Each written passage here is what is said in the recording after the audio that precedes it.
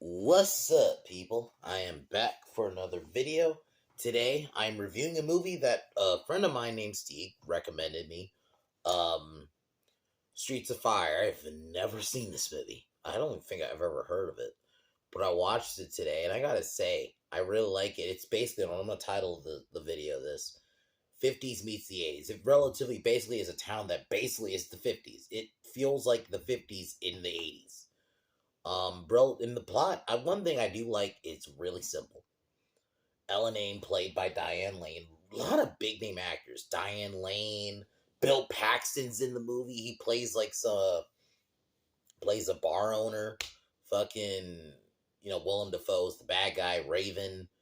Fucking Rick Moranis. I'm like, holy shit, there's a lot of people in this movie. But yeah, relatively the plot is Ellen Aim. She's a lead singer of this band. Gets kidnapped by this group called the Bombers, and they have to go into the Battery, which basically is like essentially, I'm just gonna call it Gotham for all intents and purposes. Um, Tom, her ex boyfriend, has to save her. Is asked by her sister to save her. It's her boyfriend Billy, played by Rick Moranis, who I love in this. But Rick Moranis is such an asshole the whole time. It is interesting to see him play this role because he's not like, because you think Rick Moranis, he always kind of relatively, let's be real, he plays a kind of like a dorky character, right? And in this movie, he's a fucking, I'm gonna say he's a douchebag, and I love it. Douchebag Rick Moranis, I love, and it's great. Um, but yeah, it's a fun movie. Like, I love the whole 50s meets the 80s vibe. I love the whole, like, they have to go in once they get in the Battery, the aesthetic, like, it has like somewhat dystopian, lawless, the way the movie starts. The bombers attack and kidnap Ellen, and Tom just arrives in town, and he has that drifter man with kind of no name aspect about him. And like, I just love the music's really good. I think that's like the one thing. The music, the movie, like, it's one of those movies where the soundtrack is integrated into the story. Because they meet, like, this black group called the Sorrels. It's kind of like, um something that, I guess I would kind of compare it like to Temptations, right? Like the different kind of diversity of music they had. I really like it. Like, the music throughout the film. And yeah, so Tom is tasked to rescue his ex girlfriend. He initially refuses, but then he finally agrees. But he says he'll do it for money, and Billy says he'll pay him. But Tom tells him he'll only do it if Billy comes with him because he used to live there. So he meets Rev Cody, who's this like kind of tomboyish soldier chick, which, gosh, strong women in 1984. And it's just like, really, the movie is just simple. He rescues her, but then Raven, has a cop kind of on the inside, and he basically says, if you give me this guy, I'll stand down. And then I love the way the movie ends. I'm definitely gotta say, this movie's, I'm not gonna say it's the Warriors, but it definitely has Warriors vibes a little bit. Especially, I love the end where they have like Raven and Tom have like a face off, and they fight each other with hammers. And when Tom got hit, I'm like, ugh. But overall, man, I really like this movie. I love the aesthetic of it, and that's really all I can say.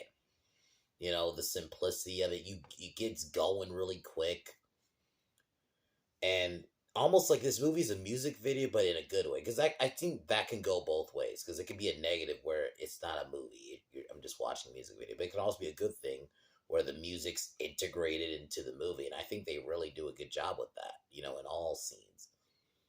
So, and I just love the design of the movie. It really is that's what does it for me. Like, the name fits it.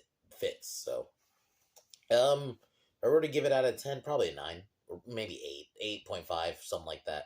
I actually really enjoyed it. I'm definitely going to probably watch this one again at some point. I love the whole 50s meets the 80s aesthetic really works. Like, this basically is a town where if the 50s never, basically, if people didn't really get out of the 50s, but it just went into the 1980s, that's really what this movie is. Because it's not like, oh, this is in the 50s. No, this is technically supposed to be the 80s. It's just this part of town just didn't get the memo that it's the 80s. I really like it. So, tomorrow, I can't wait to do this Mad Max 2 Road Warrior. Like, this, to me, that is the film where it's full on Mad Max, the whole full on dystopian. So I can't wait to watch that. And then Friday the Babysitter, and then obviously this weekend I'm gonna roast, or at least try this weekend. It really depends on how long it takes for this, over the seas for it to be up finally.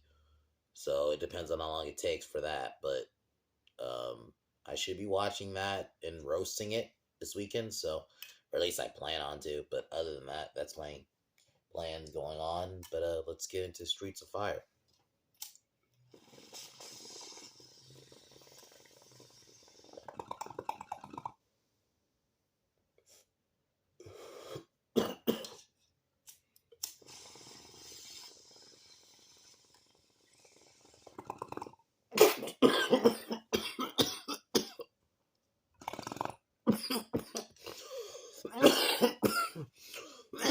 So I love like the movie like starts off with just music. You see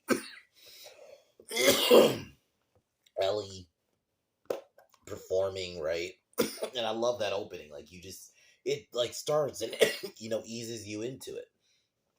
Her and her band are performing when they get attacked. And then they get attacked by the bombers. They're like this gang that terrorizes people, and they really I really like this movie. Like, doesn't hold back. Like, within like the first, this is easily at least the first 5 to 10 minutes. That's when the bombers attack, kidnap her, and then leave.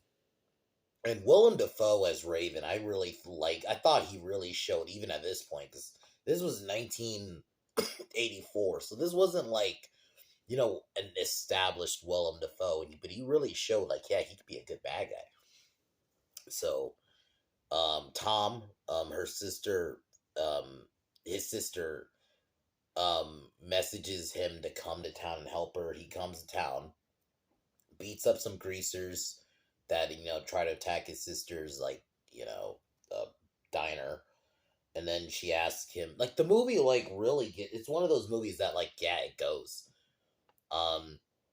Like, music wise, like, at least, like, even if you don't, I don't really see how you can't like the movie, but if you don't like the movie, you can there's at least a really good soundtrack. Like, the soundtrack is really good. Diane Lane, I don't know if that was her singing. I don't know if that was another, actual female singer and they just kind of dubbed the voiceover. But if that was actually Diane Lane singing, I gotta give her props. I don't know if that was her or not. I'll probably look into that later. Maybe I'll look into that later tonight, and then I'll try to mention it in my video tomorrow. So, but initially, Tom refuses because her current boyfriend, Ellen's current boyfriend, is dating Billy Rick Moranis, who I was shocked at.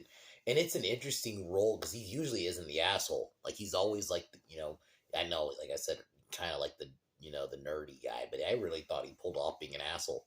Like, it really shows you can be versatile. Like, he actually really pulled off being an asshole. Well, like, literally every scene, he was basically an asshole. And man, I thought he pulled it off. So, but Tom finally agrees. But he says Billy has to come with him or no deal, because he lived there. And this is where we meet Cody or Ray. I think her name was Ray. I really Revy. Actually, no, I think it was Revy. I really liked her character. I'll just call her Cody, just intends. I really liked her character. Like, she was kind of like a tomboy chick who is in the military, and Tom met her because he was also a soldier. So, and his story with Ellen is they were together, but then he left for the military for 2 years.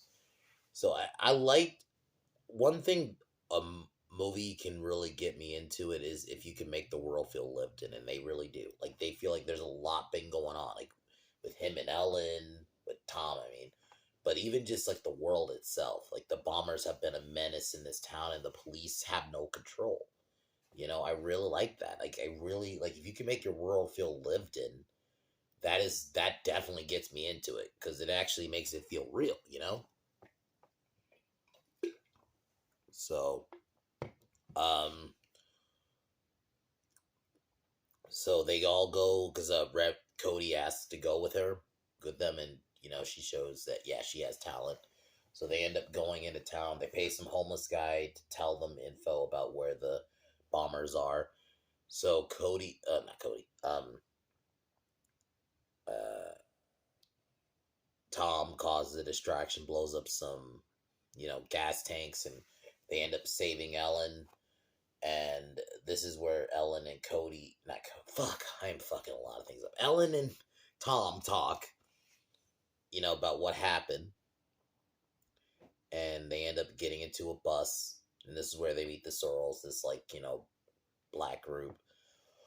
They have to travel through the battery because they also bring this fan named I'll be honest, I don't fully remember her name, but she was like this fan of Ellen, because she gives them info about like the police are searching for the people who blew up the bombers base.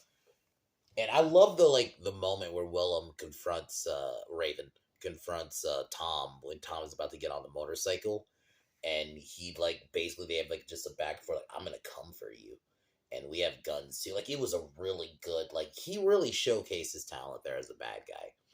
And this was 1984 Willem Dafoe. Like he's not he wasn't a big name at the time yet.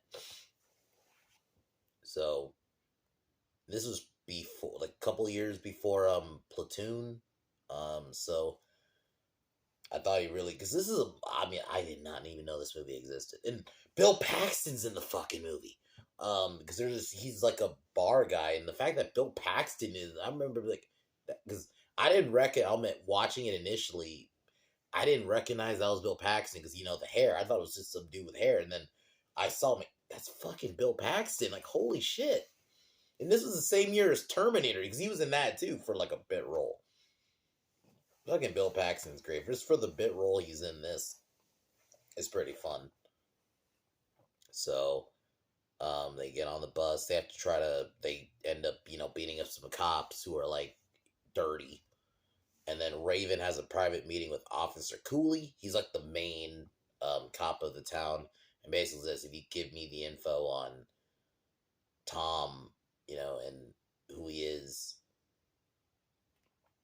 that his gang will kind of back off." Cooley ends up try to arrest him later on. Like that's his actual plan, and he goes to Tom and basically tells him, "You got to leave town, or I'll arrest you too." Basically, so Tom and Cody decide to confront.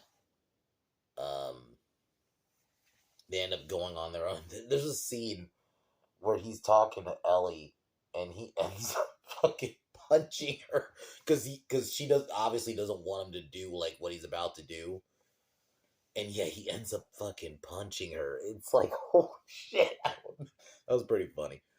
But so Raven goes back to town to try to find Tom because Tom was not there because he was originally going to leave, but he decides to go back because I think she was trying to go with him, and that's what it was. She was trying to go with him, and yeah, but he ends up going back to confront Raven, and they fought with fucking hammers. I fucking loved it. It was like because it was like almost primal because Bill Paxton's character called like a bunch of the townspeople. You had Raven's guys, and it was like, yeah, it was just like these guys going one on one, and not one of them got involved. It was like primal rules, like no one on one. It was respectable in a way. I liked it, but then yeah, Raven ends up getting his ass kicked by Tom.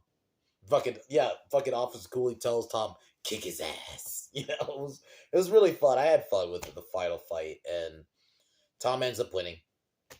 And then the bombers leave. They end up, taking Raven with them. They end up leaving forever, basically forever. Ellen goes back to her career. Tom ends up leaving again. Basically, she stays with Billy. I kind of like that in a way. It's an interesting at the time because they could have gone the whole let's have them together, but like no, let's have him go on his own. He ends up leaving Cody. And we get the music throughout the film. Like we get Ellie's performance, the Sorrel's performance, like the different music you get throughout the film. Like it's literally the whole 50s meets the 80s thing. I thought they really did a good job with that. Like it really merged together. It was an interesting take. Like what if like a part of the world did not leave the 50s, and that's what it was? Because the bombers were basically greasers in a way, like a crazier version of Greasers, and you even had a Greaser gang in the beginning, at the Sisters Diner. So overall, I really like this movie. I had fun with it. I'm definitely gonna probably watch this more. Um, it's fun. Like they really did a good job with the aesthetic. I didn't even know this existed. So I got to thank my friend Steve. He really did a good job.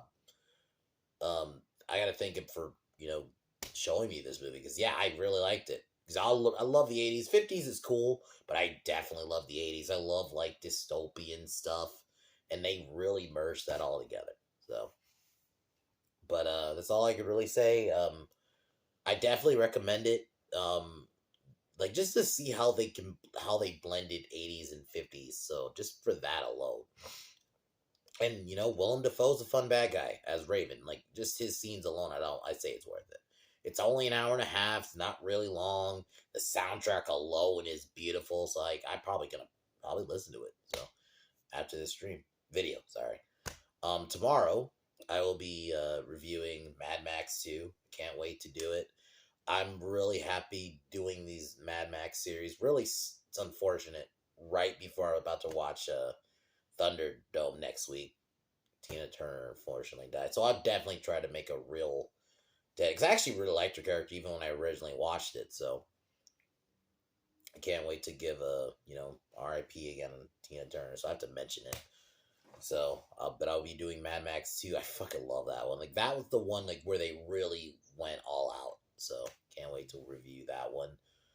So, but other than that, I recommend Streets of Fire. It's a fun 80s meets 50s flick. They really I gotta really hammer it home. They really blended those together beautifully. Because you wouldn't think on paper would the 50s really fit with it? They did a good job. Even the way they did the music, it feels 50s, but it also has an 80s-ish feel. Especially when Ellen's singing. I don't know if that's actual Diane Lane singing, but if it is, it's beautiful. Because she sounds like an 80s singer, but you have a little bit of that 50s, and then the Sorrels sound kind of like the Temptations, and those groups. Throughout the difference, even the way people are dressed, the diner looks like an old fucking 50s diner, So they really did a good job just with the set design alone. So definitely recommend this movie. But other than that, I'm gonna cheers and I'll talk to y'all tomorrow.